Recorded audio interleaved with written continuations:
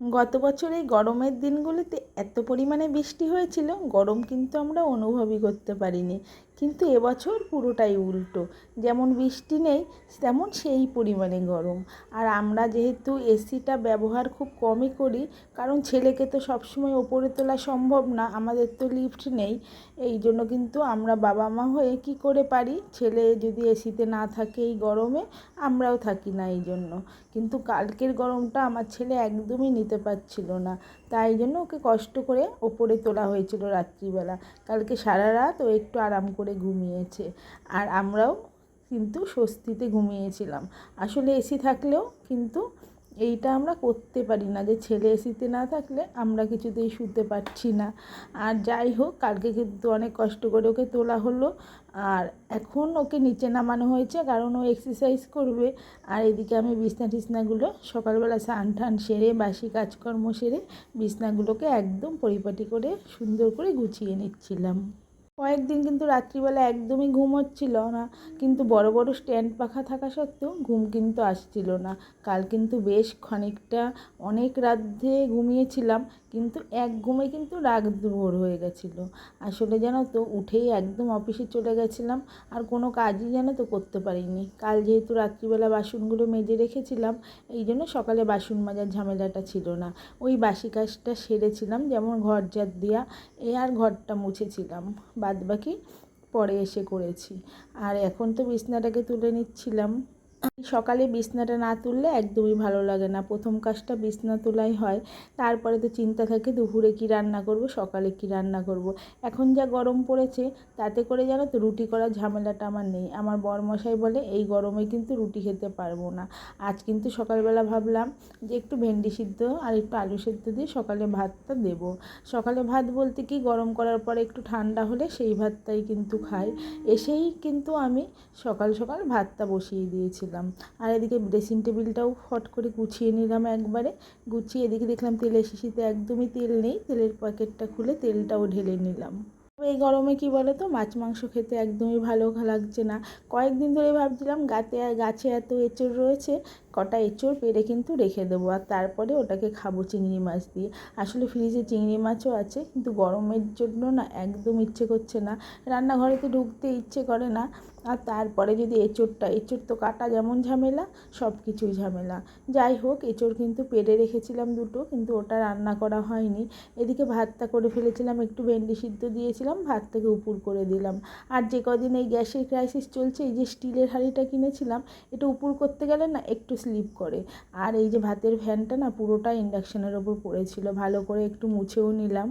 খানিকটা কচুরলতি ছিল, ভাবছিলাম এই কচুরলতিগুলো রান্না করব আজকে। তার আগে একটু পটল আর একটু আলু ভাজা ভাজা করব বলে আমি ওটা চিড়ে চিড়ে করে ছোট্ট ছোট্ট জিরে করে কেটে নিয়েছিলাম। আর ওটাকে কালো জিরে দিয়েছিলাম ফোড়ন, আর একটু পেঁয়াজ কুচি একটু রসুন কুচি দিয়ে বেশ জল ছাড়া সুন্দর ঢাকা চাপা দিয়ে একটু ভাজা ভাজা করেছিলাম। এরপরে তেলের ভেতরে একটু কালো জিরে ফোড়ন দিয়ে একটু পেঁয়াজ রসুন কুচিটাকে ভালো করে নাড়াচাড়া করে কচুরলতিটাকে দিয়ে দিয়েছিলাম। আর কচুরলতি না আমি সবসময় ভাজা খেতে বেশি পছন্দ করি। অনেক রকমভাবে কচুরলতি রান্না করা যায়। যাই হোক, তারপরে তো একটুখানি রান্না করছিলাম, ওই ফ্যানের তলায় আসছিলাম, দেখলাম আমার বরমশাই একটা বেল খাচ্ছে, এদিকে ছেলে এক্সারসাইজ করাচ্ছে। আমি কিন্তু বেল বা ফল কোনো জিনিসই বেশি খুব একটা পছন্দ করি না। ভাবলাম দেখি, বেলের গন্ধটা তো খুব সুন্দর বেরিয়েছে। তো আমার বরমশাই বললো এই বেলটা একদমই ভালো না, কিনে এনেছিলাম কিন্তু কেমন যেন একটু তিতকুটে। আমি গন্ধটা শুকে দেখলাম সত্যিই কিন্তু বেলটার গন্ধ আছে, কিন্তু কেন জানি না তিতকুটে বলছে। যাই হোক, বেল খাওয়া কিন্তু এই গরমে খুবই ভালো। তো ছেলে তো কদিন ধরে একদমই খাবার খাচ্ছে না। কালকে ওর বাবা রাতে গরম মিষ্টি এনেছিল, তাই বলেছিলাম যে কালকে রাতে খাও, বললো না মা কালকে খাবো না।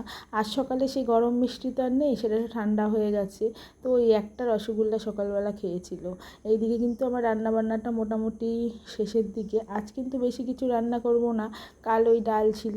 আজ কিন্তু ওই যে ভেন্ডি সিদ্ধ দিয়েছিলাম সকালবেলা, আর হচ্ছে কচুরলতিটা করেছিলাম, আর পটল আলু ভেজেছিলাম, বাস এই দিয়েই কিন্তু খাবো।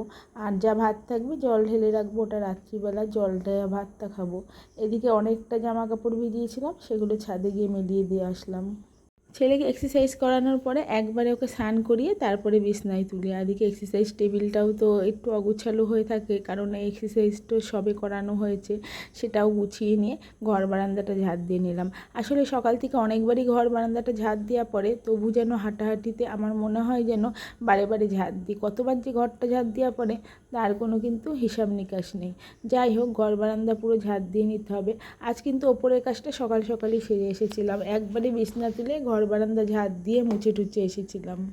ঘরটা আমি প্রতিদিনই মুছি, কিন্তু ওপরেরটা কিন্তু প্রতিদিন মোছা সম্ভব হয় না। আসলে ছেলেকে এক্সারসাইজ যেদিন না থাকে সেদিনই কিন্তু ঘরটাকে মুছি।